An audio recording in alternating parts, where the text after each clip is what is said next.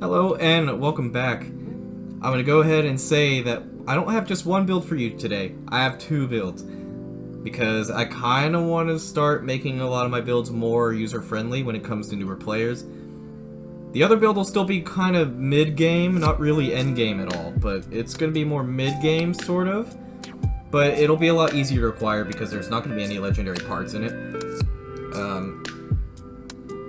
But we're going to go ahead and talk about that build first. We'll come back to this one. This is a more standard Aura build where it's a little expensive and it's flawless, but it's so strong. So, this is the build I was talking about. No legendary pieces in here. You can kind of count Time Weave as a legendary part because I do think it requires Sunburst Shards to power surge it. I could be wrong, and I really hope I am wrong, but I'm not sure on that. But anyway, these are purely part-breaking builds slash hit big number, make brain go burr sort of builds. So, to make that possible, we're using Koshai Pike. Koshai Pike is fun, we enjoy it. And it has a nice unique effect. After not dealing damage for 4 seconds, your next 5 attacks deal plus 50% damage. Not just part damage. And that is so nice. And it comes with +3 sharpened on it, which is great for part breaking. And we max that out on the Pike because it comes with the brutality slot and insight slot, which is just fantastic. Also, you don't have to use Catalyst. You can use whatever insight cell you want on this, honestly. There's a lot of wiggle room on these builds, you'll see. It was not super intentional, except for on this build. This build, it was kind of intentional and make it kind of flexible. But, yeah, you can use whatever insight you want. The special, kind of the same thing. You probably shouldn't use Savage Wellspring, honestly. I don't really use that unless I'm doing trials. But Concussive Payload and Reckless Leap are great options. I just prefer Reckless Leap because it's so much fun to play with. And of course, we got Munitions Amplifier. You can use Executioner or Spearhead if you like. I just typically don't care for it as much anymore. Maybe that's me just being butthurt about the whole nerf about a year ago. But yeah, I would use either Executioners or Munitions Amplifier, honestly. The rest of them are kind of like meh. So, I am using Discipline, but hey, guess what? You can use whatever you want. Even Tempest would work here just because you do get that attack speed passive, and that is nice. So, whatever you want to use, you can use here. And we got Scar Lantern. I mean, need I say more? Scar Lantern's great. It does get decent damage, and it gives you shields. And we like survivability in this game. And you can use whatever insight cell you like. I'm not gonna hate you if you use something else.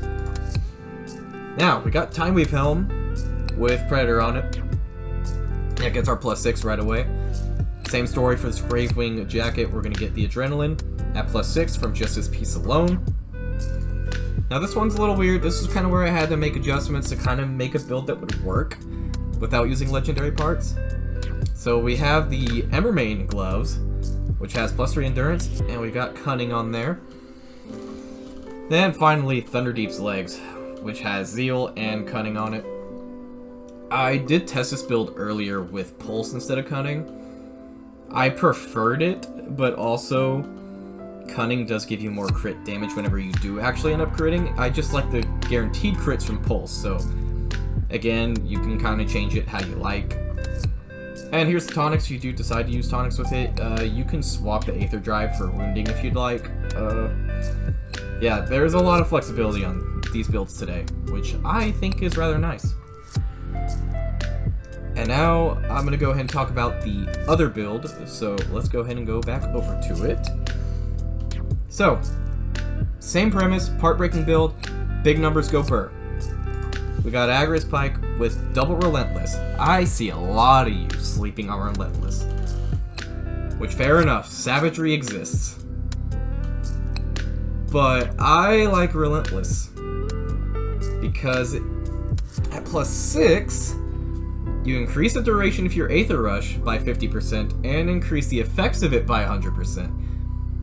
if you don't know what Aether Rush is, it's what happens whenever you get a wound or do, I think it's at least 1,000 damage to a wounded part that somebody has wounded.